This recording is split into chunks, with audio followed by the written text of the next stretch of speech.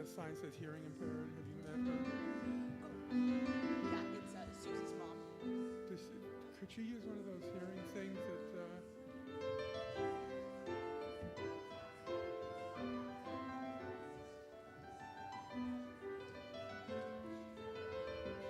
Okay, so she's okay. Okay.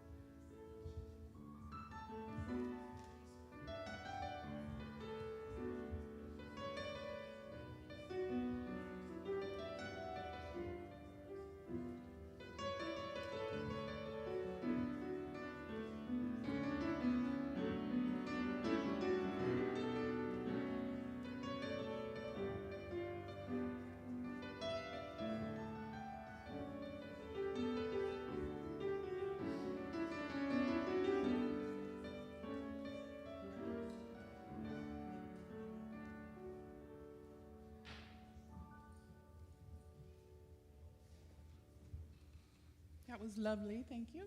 Good morning. Good morning. My name is Susie DeLacy, and I am your hostess with the mostest this morning. My pronouns are she and her, and on behalf of this congregation, welcome to the Unitarian Universalist Church of Huntsville. We acknowledge that we are on traditional territory of Native tribes. Whether you've joined us online or you're here in our sanctuary, we're glad to have you in this sacred time we choose to be together. Our congregation is served by our minister, the Rev. Jamie Simon, who is available for pastoral care or to answer questions about Unitarian Universalism. She may be reached by throwing rocks towards the pulpit. No. She may be reached at minister@uuch.org. If you are a newcomer, please sign our guest book back in the foyer to receive our weekly email newsletter. And at this time, let's take a moment to silence our electronic devices. But don't silence yourself or the people around you. The joyful and not so joyful noises of children and adults are always welcome here. If you have a joy, a sorrow, or an important milestone that you would like shared during our circle of candles and included in the pastoral prayer, please write it on one of the white cards that you'll find in the hymnal rack in front of you. Please write legibly and place it in the offering basket when it comes your way. For community news and events, check our email newsletter, the website, and the announcement section in the order of service. After the service, everyone is welcome to join us here in the fellowship hall for coffee and snacks and fellowship. Now I would like to invite Deborah DeLacy to gently ring the singing bowl to help us enter into the service more deeply.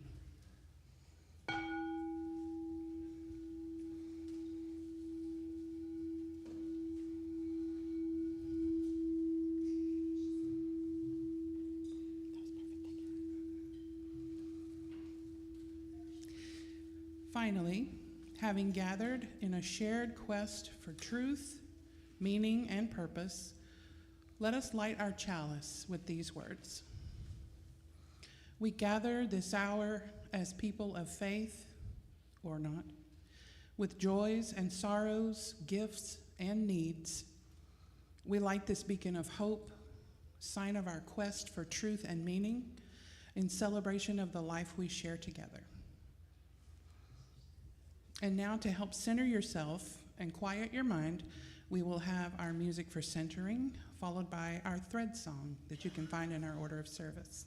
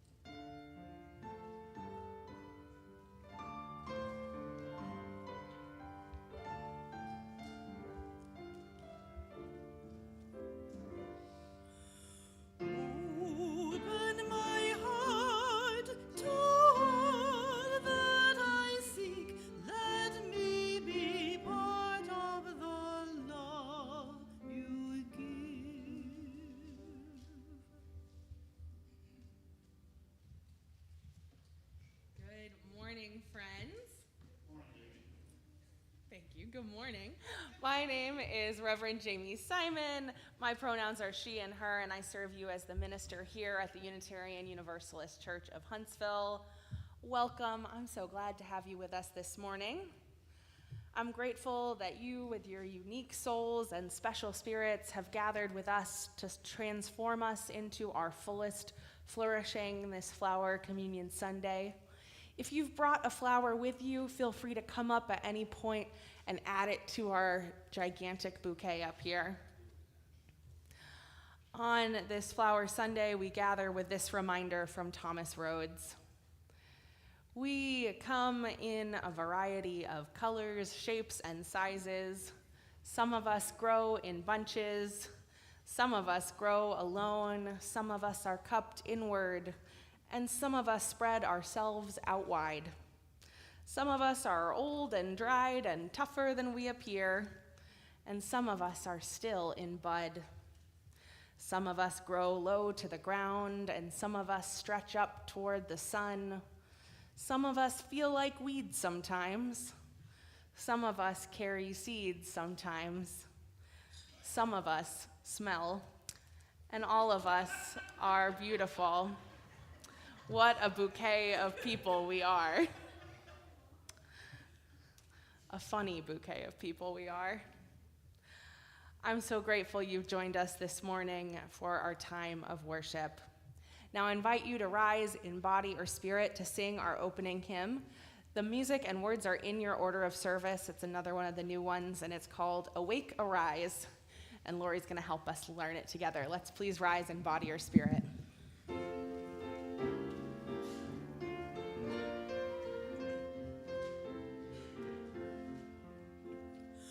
Under snow the earth is renewing. After frost the flowers are blooming. Over time and beyond doubt, all is new again. After loss our hearts are grieving. Under scars our souls are healing. Over time and beyond doubt, all is new again. Listen and you'll hear the call rising over all. Awake, arise again, renew, revive again, return, oh return again, always changing, always saying all is new again. Under ice the river still flows, in the winter saplings still grow. Over time and beyond doubt, all is new again. Through our trials hope is alive, in the dark the sun will rise. Over time and beyond doubt, all is new again. Listen and you'll hear the call rising over all. Awake, arise again, renew, revive again, return, oh return again, always changing, always saying all is new again. In this wheel we spin our lives, through the seasons love ever thrives. Over time and beyond doubt, all is new again. Robins singing herald the spring, bringing joy to everything. Over time and beyond doubt, all is new again. Listen and you'll hear the call rising over all. Awake, arise again, renew, revive again, return, oh return again, always changing, always saying all is new again. Friends, it is our tradition after we sing our first hymn to remain risen in body or spirit and to sing our doxology and speak our words of aspiration. That's on that blue laminated card in your pew back. We'll sing our doxology in English and Spanish and then turn to face each other as we speak our words of aspiration. Let's sing.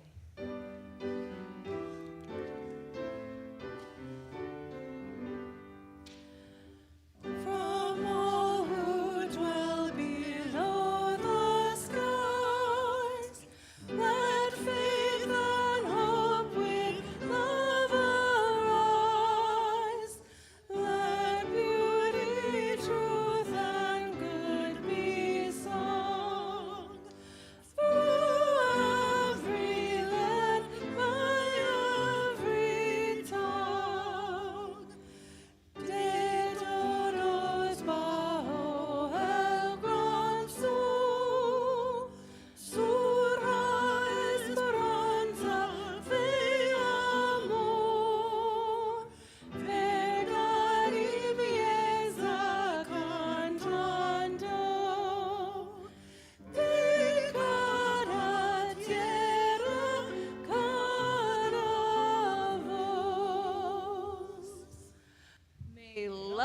be the spirit of this church.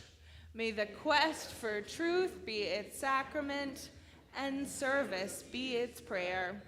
To dwell together in peace, to seek knowledge in freedom, and to help one another in fellowship. This is our aspiration. You may please be seated, and now I'd like to invite forward Jess Zelaya, our Director of Religious Education, and any of our children who are out in the crowd this morning who want to come forward to hear our story.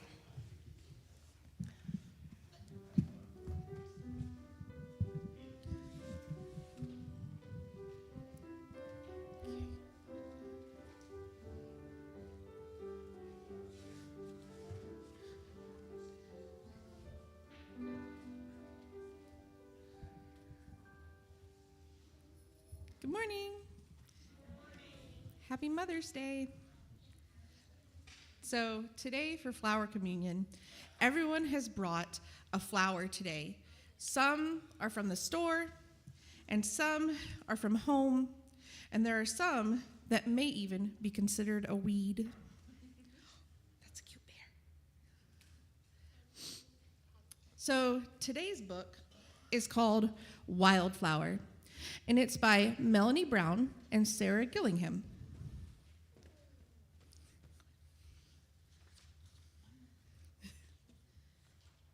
With the yellows.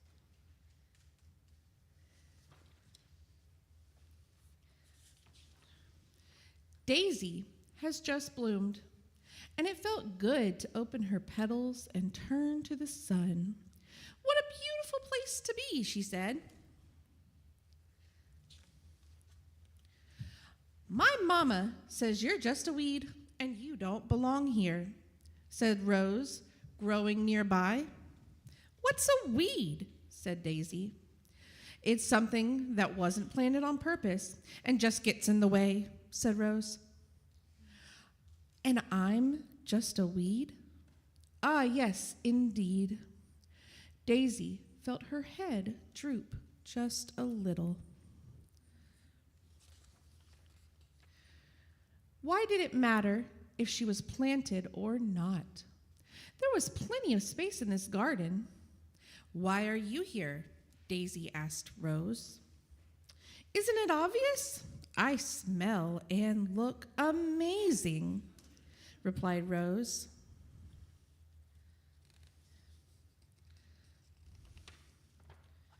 And I'm a chef's best friend, added Sage. Poking up, I make things taste yummy. Daisy frowned. But I'm just a weed? Oh, yes, indeed. Daisy's head drooped just a little more. Daisy turned up towards Sunflower. What about you? I tower over the garden, and my seeds are good to eat. Sunflower threw back his petals. Yes, important plants only, Chamomile chimed in. Like me, my flowers make a soothing tea that can help people sleep. Wow, Daisy replied. So I am really just a weed. Oh, yes, indeed. Daisy drooped completely. Strawberry Flower smiled at Daisy. I'm sure weeds are good for something. Thank you, Daisy. Why are you here? She added. I feed people, Strawberry Flower explained humbly. I make fruit that's sweet and juicy. But I'm just a weed? Strawberry Flower agreed, and Daisy sighed. And then she smelled something wonderful. It was Sweet Pea. Daisy said, I can guess why you were planted. You smell lovely, like rose. I wasn't planted, said Sweet Pea. I just blew in on the wind, like you. I get called a weed sometimes, too. Really? Some call you a weed? Oh, yes, indeed. Daisy stretched up just a little bit. Another plant was sneaking over the fence. "What's your name?" asked Daisy. "Who, me? I'm Blackberry Vine, and I am often called a weed, especially when I creep into gardens, but I make delicious berries." "What about me?" asked Clover. "My roots carefully gather food and help other plants grow, but most still call me a weed." "Me too," Dandelion said. "Children love to wish upon me, and my seeds fly high through the air. You and I, we are wildflowers, and that means that we can grow wherever the wind takes us." "Really?" said Daisy. "Oh, yes, indeed." Daisy stretched up even more. Then Daisy heard Rose say, "There's a weed in my sunshine." But Rose was glaring up at a tall new flower that Daisy had never seen before. "A weed?" said the new flower meekly. "There's more than enough sunshine for everyone, Rose," Daisy said. "And every plant I meet today is special and belongs here, no matter what we call them." "Hello, I'm Daisy, and I'm a wildflower.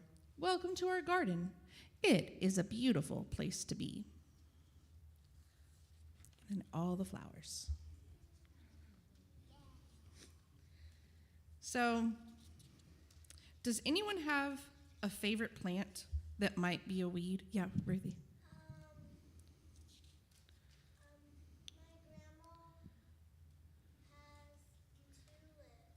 Your grandma has tulips. Is that your favorite? Yes, Yersha? Roses. Florence?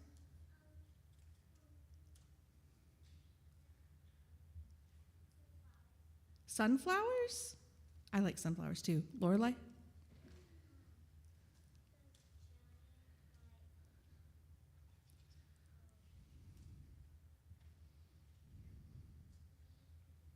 I don't know.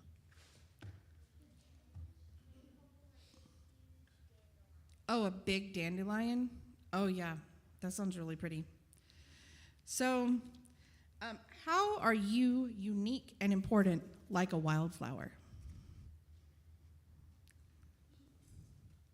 Yes, Saoirse. Because we're all different. Yes. Phoenix.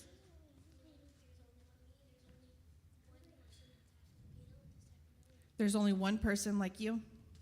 Yeah.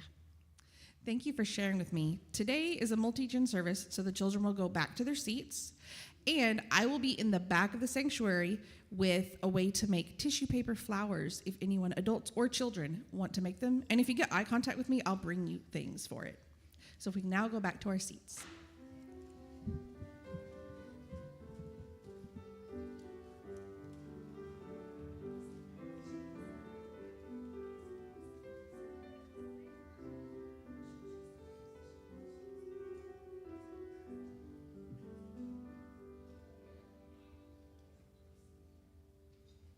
I don't know about y'all, but I like a good hydrangea mop head, don't y'all? We are the Unitarian Universalist Church of Huntsville, a proudly inclusive spiritual community. Together, we build a broader search for meaning, a bolder form of compassion, and a braver voice for justice. At this time, we invite you to support that mission with a monetary contribution. You may donate online using the QR code on your order of service, or you may put cash or check donations in the offering baskets.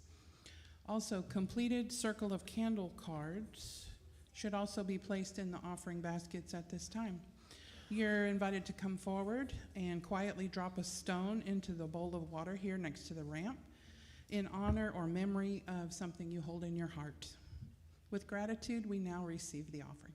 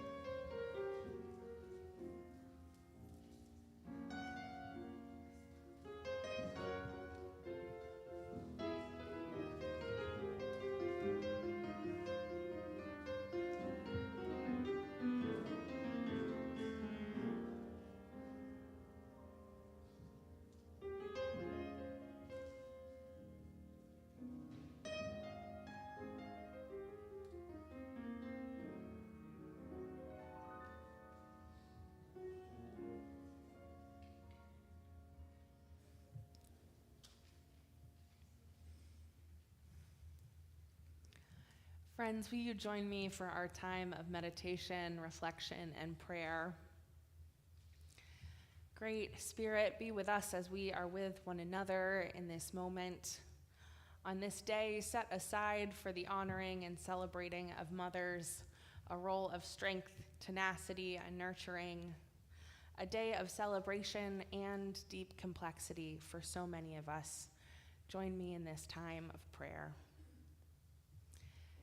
Spirit of life, hold us as we celebrate the fullness of Mother's Day. Praise with us the mothers who raised us with love, compassion, and creativity. Fill us with gratitude for the hard work of mothering, the thankless, overlooked work, the late nights, the boo-boos made better, the stories read, the long days spent watching and cheering us on. Let us look to the bravest people amongst us, mothers in the trenches today, mothering with awe and appreciation. May you get some rest. May you get to recharge your batteries and be showered with genuine appreciation and care this morning. Let us look to the folks who mother beyond the confines of one particular gender or family structure. The fathers who parent in all ways, the non-binary parents who love just as much, the aunties and uncles and grandparents and family friends who step up, the chosen families who do the work of mothering because love is bigger than boxes and bigger than who we were born to. Let us honor those of all genders who have mothered us into being. And let us make space in our hearts for the real grief of this day. Some of us woke up this morning to our first Mother's Day without our mother. Some of us have spent many Mother's Day this way, separated by death or distance or estrangement. We hold that sadness with you. Some of us have painful, abusive, or otherwise complex relationships with the mother who raised us or was unable to raise us. And we may feel invisible on this day. Beloveds, we see you. We see you in your truth. Some of us are mothers who have lost children, separated by death or adoption or estrangement, and we honor the heartbreak of this day. Some of us long for motherhood that year after year does not come to us. We hold you in the sadness of that unrequited wanting. Some of us are weary of the prescriptive social expectation to have to be mothers and wish it was seen as enough to love children without choosing to mother them. We know in this room that your love and your choices are good and holy. And Spirit, all of us know that love and nurturing and grief and gladness exist mixed up together in a room of spaciousness and care. May we be gentle with each other as we celebrate the mothers amongst us and all that that word means. And as we hold these prayers for mothers, let us hold the joys and sorrows of our community with them. Carla Spriesterbach has a joy to share. Her son, who is 54 years old, is graduating from college this week. It is never too late. What a celebration. What a joy, a blessing in our midst. Bob Wilson shares words of prayer.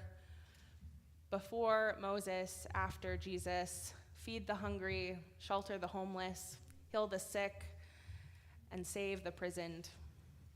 We hold your words with us this morning, Bob. In the places of celebration, let us feel joyous this morning. May connection grow amongst us like these flowers blooming. And may the sorrows in our midst be soothed by caring together. For all this, we say blessed be and amen. And we sing in response meditation on breathing. That's number 1009 in the Teal book. If you need it, we'll sing it together 3 times.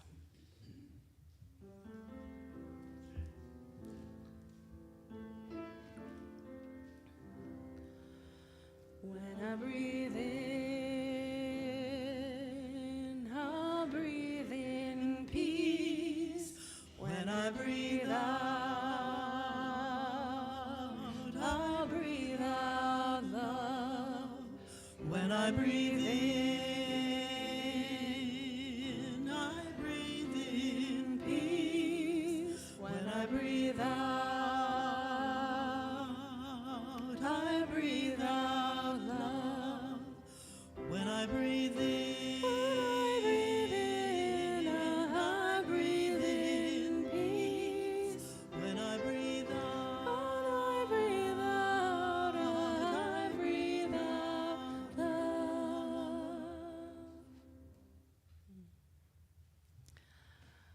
Our first hymn says, "Awake, arise again, renew, revive again, return, return again, always changing, always saying, all is new again." The message of our Unitarian Universalist faith this morning is one of transformation and hope. Here, as we gather, all is new again.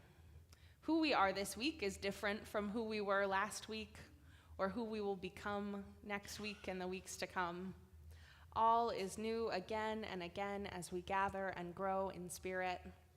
That is the message, too, of our flower communion, that something new and singular and fleeting comes to be each time we gather, each time we recommit ourselves to the soul work of learning and discerning our spiritual truths alongside this, a diverse and imperfect community of companions. May we be transformed by this time together. On this Flower Communion Sunday, I'm thinking about the flowers we have brought together this day. Roses and daffodils, tulips, dandelions, magnolias. You've got the extent of my flower knowledge, but lots of beautiful ones. And these flowers are our teachers. They invite us to patiently wait for their unfolding. They encourage us to pause in delight, to see something real, a gift from nature, a fleeting glimpse of beauty. These flowers convey what words can't, our care, our appreciation, and cherishing when they are exchanged as gifts. Yes, the flowers are our teachers. German spiritual researcher Eckhart Tolle reminds us that flowers have been teaching us since human beings started to grow and evolve on this planet. As the consciousness of human beings developed, flowers were most likely the first thing they came to value that had no utilitarian purpose for them. That is to say, were not linked in some way to survival. They provided inspiration to countless artists, poets, and mystics. Jesus tells us to contemplate the flowers and learn from them how to live. The Buddha is said to have given a silent sermon once, during which he held a flower up and gazed at it. After a while, one of those present, a monk called Mahakasyapa, began to smile. He is said to have been the only one who had understood the sermon. According to the legend, that smile, that realization, was handed down by 28 successive masters and much later became the origin of Zen Buddhism. Seeing beauty in a flower could awaken humans, however briefly, to the beauty that is an essential part of their own innermost being, their true nature. The first recognition of beauty was one of the most significant events in the evolving of human consciousness. The feelings of joy and love are intrinsically connected and to that recognition. Without our fully realizing it, flowers would become for us an expression in the form of that which is most high, most sacred, and ultimately formless within ourselves. And so I say again that flowers are our teachers, a symbol of our awakening and the deepening of our collective consciousness and connection to one another. They teach us patience and amazement as they transform from shoot to bud to blossom. They are so central to who we are and how we understand the world that we've turned them and their life cycles into the metaphors that shape our days and help us connect to one another. Flowers capture our attention and are the subject of art and poetry. I'm noticing the flowers on our windows as we gather this morning. And we sing of the metaphors of flowers as they are symbols of resilience and hope. If you know this one, you can join with me. I know this rose will open. I know my fear will burn away. I know my soul will unfurl its wings. I know this rose will open. We We sing the metaphors of the flowers, and we connect to each other around the metaphor of flowers. I was talking to Jess, our director of religious education this week, about a practice that our youth and some of our older children do when they begin their classes together. It's a check-in called Rose, Bud, Thorn. Do any of our younger friends remember this? Is this something you're familiar with? The way it works is you share with the group your rose, which is something happening in your life that is joyful and beautiful that you're excited about. And then you share your thorn, something that's over or painful or anxious or grief-filled or something you've lost. And finally, you share your bud. What is unfolding with promise and hope? What is still possible? Unitarian Universalist children and teens across the country share this practice. To start a gathering and to build deeper connection, you share your rose, your bud, and your thorn. And in that sharing, community grows. Why don't we try it? I invite you to turn to someone seated near you, if you're willing, and share with them a rose, a bud, or a thorn that's present in your life right now. A good thing, a challenging thing, and a hopeful thing. And if that's uncomfortable for any reason, I invite you to look inward instead. Identify your rose, bud, and thorn, and perhaps share them with someone else in your life later today or this week. Let's take a moment to share our rose and bud and thorn.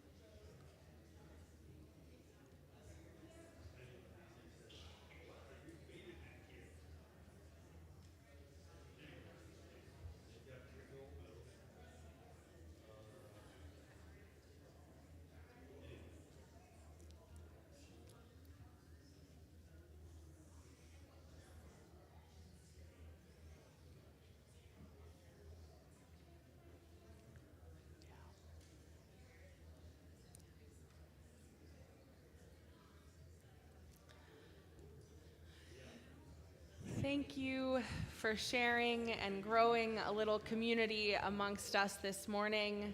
If you didn't get a chance to finish, I hope you continue these conversations at coffee hour. And I invite you, if you're willing, what are some roses that you heard? Will you share your roses with me? What's going well?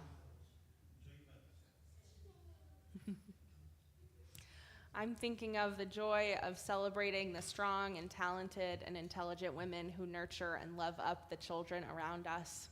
That's a rose. The opportunity to be in community of people of all ages, children, elders, youth, middle-aged folks, all of us together in one room, in one unified time of worship. That's a rose. Are there others? You got one, Jay? Yes. She don't want to do it, but she got 3 gold medals yesterday for Taekwondo competition. Whoa, 3 gold medals for Taekwondo. Amazing. Congratulations, Phoenix. I'm so proud of you. Andrea, what's your rose this morning? The person I talked to had a booth at the Japanese festival and completely sold out. Oh, a sold-out booth at the festival. What a joy. Other roses in our midst. We think, too, of the milestones that move us through our lives, graduations, birthdays, anniversaries, the gifts of science and technology, the beauty of art and music, the presence of friends and loved ones and pets and good food in our lives. There are many roses, to be sure. And as we hold our roses, are there thorns you wish to share? Ones you'd share in community? I think of the ravages of climate change on our fragile planet, a thorn. Watching democracy slip away as the Voting Rights Act and other protections are eroded, and the racism embedded in those choices. What a thorn we have witnessed. An economy that's more focused on funding wars than feeding families here at home. That's a thorn for sure. And the trials and tribulations of our own human lives, struggles in our families, experiences of addiction, trauma, losing jobs, ending relationships, and the unavoidable disappointments that are baked into belonging in community. There are thorns here too. Thank you for deepening community with me. In this moment in our shared world, we spend time with the roses and the thorns most often. On days like today, Mother's Day, social media and the hallmarkization of it all asks us to stay in our roses, to buy and exchange roses, to focus our minds on one particular and positive ideal. And in the same breath, because of who we are, thoughtful, compassionate, concerned people, the realities of our thorns don't leave us. There's a heck of a lot of thorns right now. Places of pain, places of fear, places of concern and disappointment, poking and slicing us as we simply try to move through our lives. And here we are, thank you, here we are surrounded by beauty and poked and prodded by the thorns of life in these overlapping wonders, these dual distractions. Something new lies in wait, ready for us to take notice. There are buds here too. Buds of what could be possible, curious beginnings, humble opportunities, mysterious joys taking root. Beloveds, what are the buds that are bringing you hope this day? Feel free to shout them out into this space if you have them. What comes to mind for me are opportunities to choose new leaders and new policies. This is your reminder to vote on May 19th.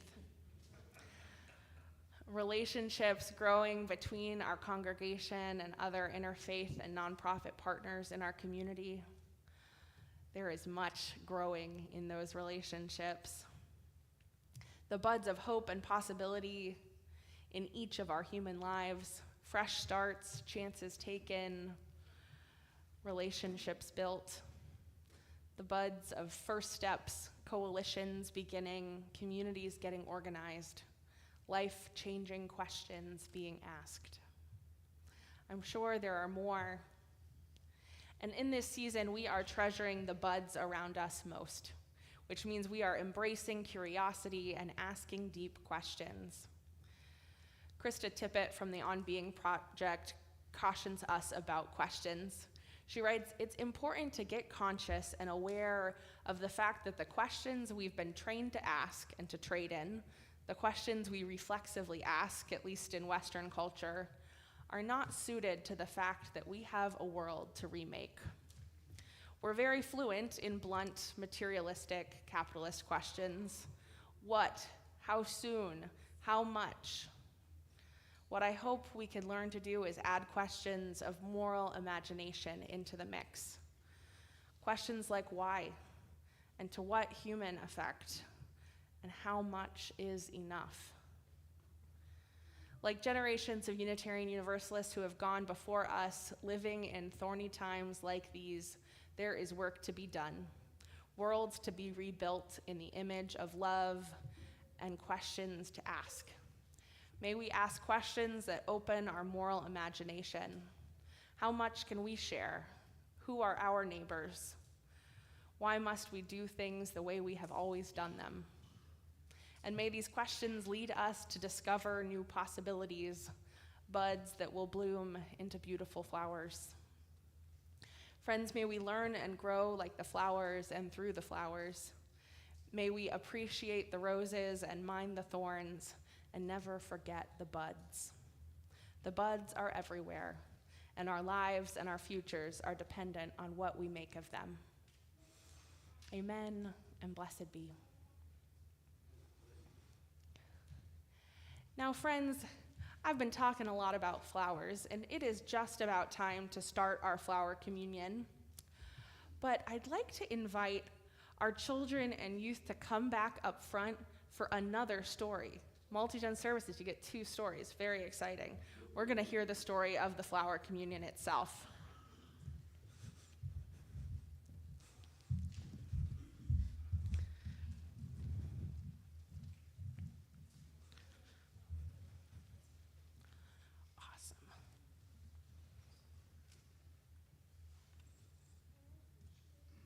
Thank you.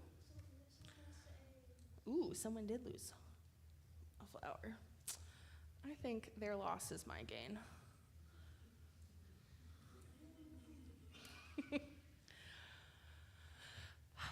So now I'm going to share, and these are words from my mentor and friend, the Reverend Annie Gonzalez, a story of our flower communion before we start our ritual. So there was a man named Norbert Capek, and he was born in a place called Southern Bohemia, which is in Europe, in the year 1870, so kind of a long time ago.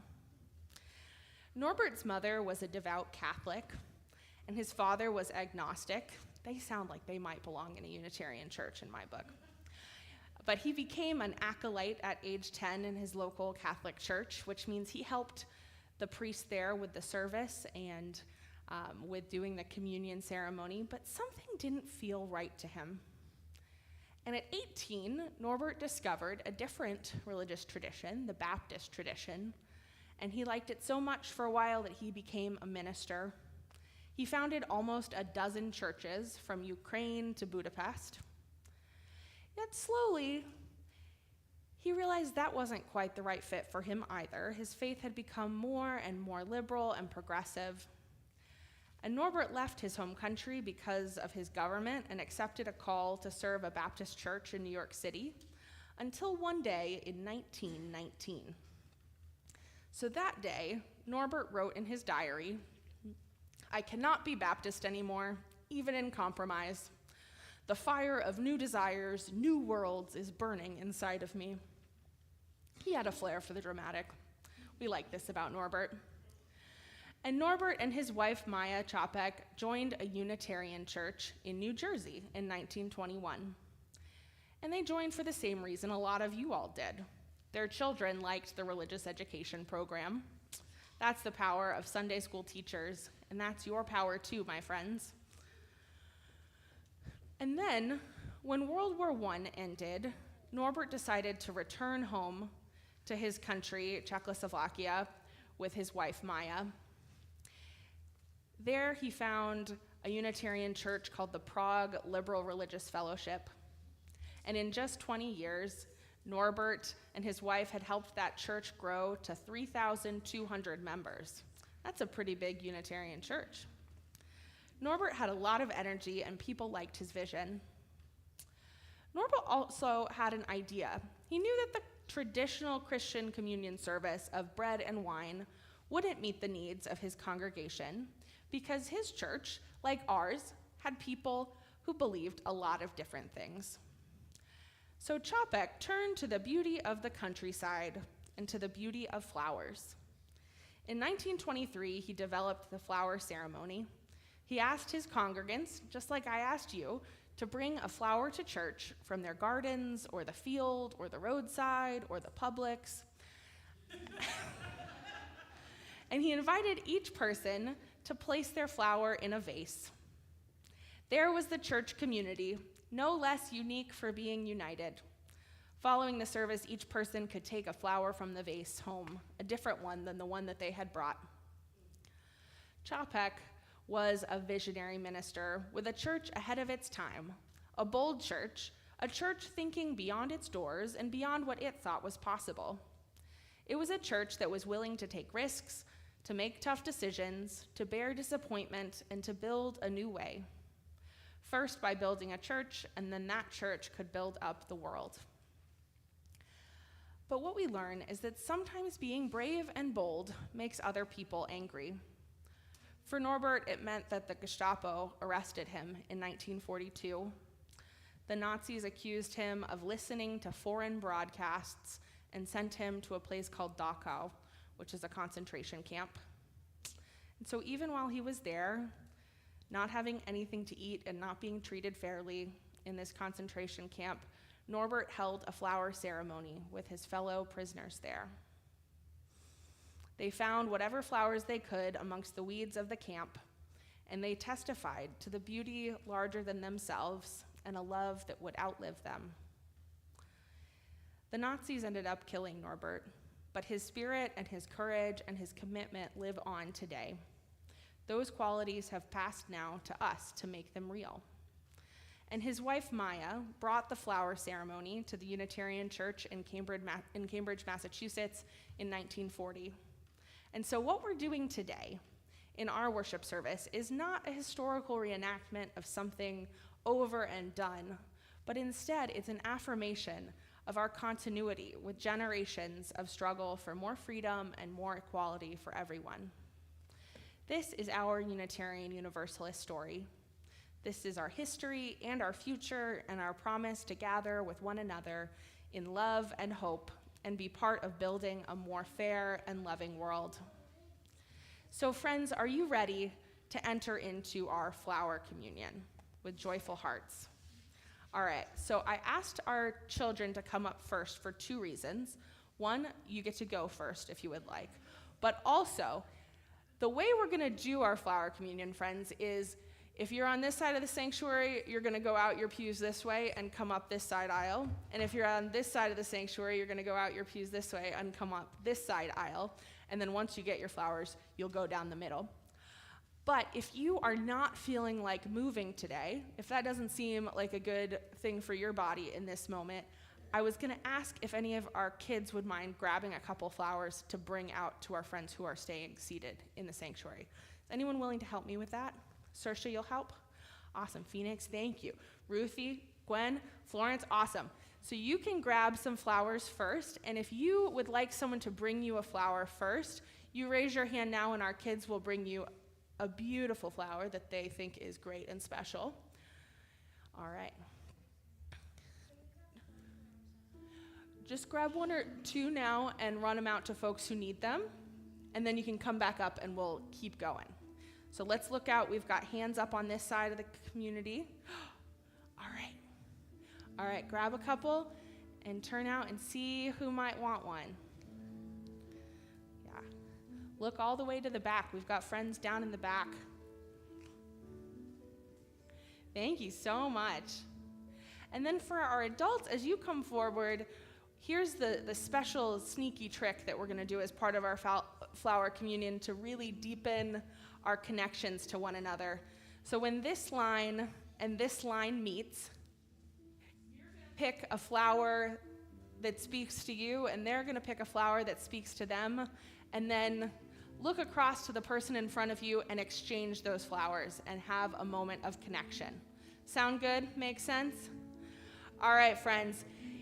Please rise as you're willing and able, make some lines, and let's do our flower communion. All right. Lorelai and Gwen, do you want to start it off? All right, so Lorelai, you pick a flower that you like, Gwen, you pick a flower you like, and then you'll swap them. All right. You want that one? All right, and once you get your flower, you switch it with someone across from you and let someone else go.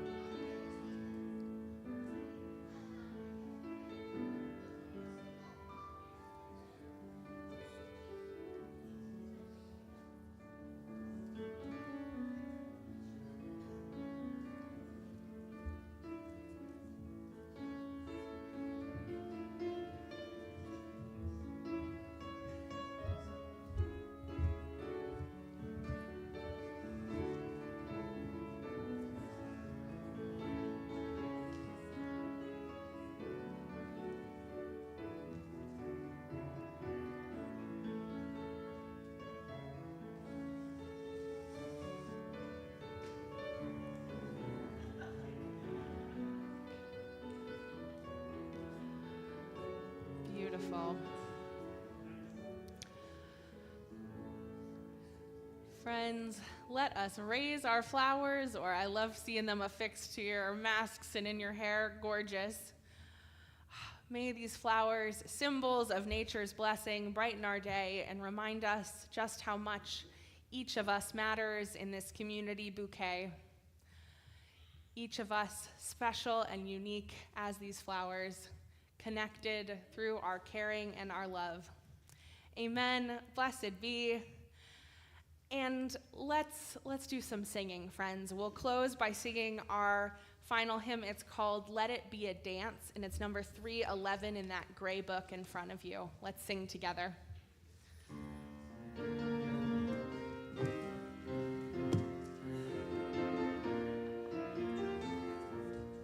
Let it be a dance we do. May I have this dance with you. The good times and the bad times too. Let it be a dance. Let a dancing song be heard. Play the music, say the words, and fill the sky with sailing birds. Let it be a dance. Let it be a dance. Let it be a dance. Learn to follow, learn to lead. Feel the rhythm, feel the need to reap the harvest, plant the seed. Let it be a dance. Let it be a dance we do. May I have this dance with you through the good times and the bad times too. Let it be a dance. Everybody turn and spin. Let your body learn to bend. And like a willow in the wind. Let it be a dance. Let it be a dance. Let it be a dance. A child is born, the old must die. A time for joy, a time to cry. Take it as it passes by. Let it be a dance. Let it be a dance we do. May I have this dance with you through the good times and the bad times too. Let it be a dance. Morning star comes out and night. Without the dark there is no light. If nothing's wrong, then nothing's right. Let it be a dance. Let it be a dance. Let it be a dance. Let the sunshine, let it rain. Share the laughter, bear the pain. And round we go again. Let it be a dance.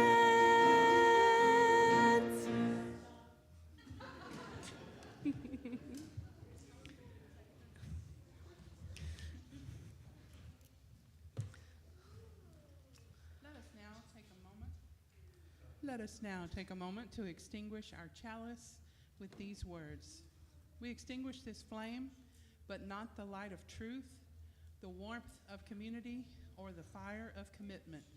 These we carry in our hearts till we're together again.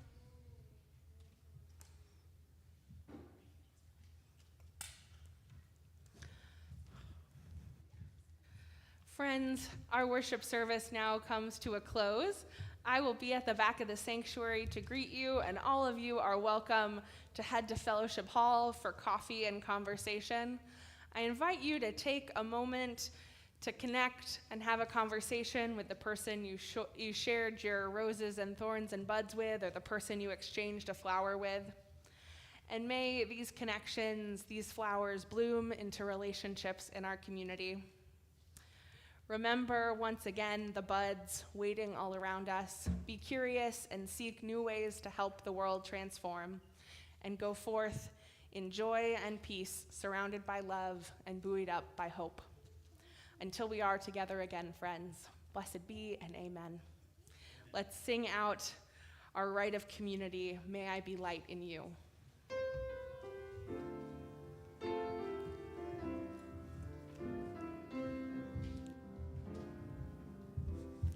May I be light in you. May you be light in me. Into our hearts, into our souls, let love abide. May I be love in you. May you be love in me. From this place out to the world for all time. Blessed be and go in peace, and happy Mother's Day.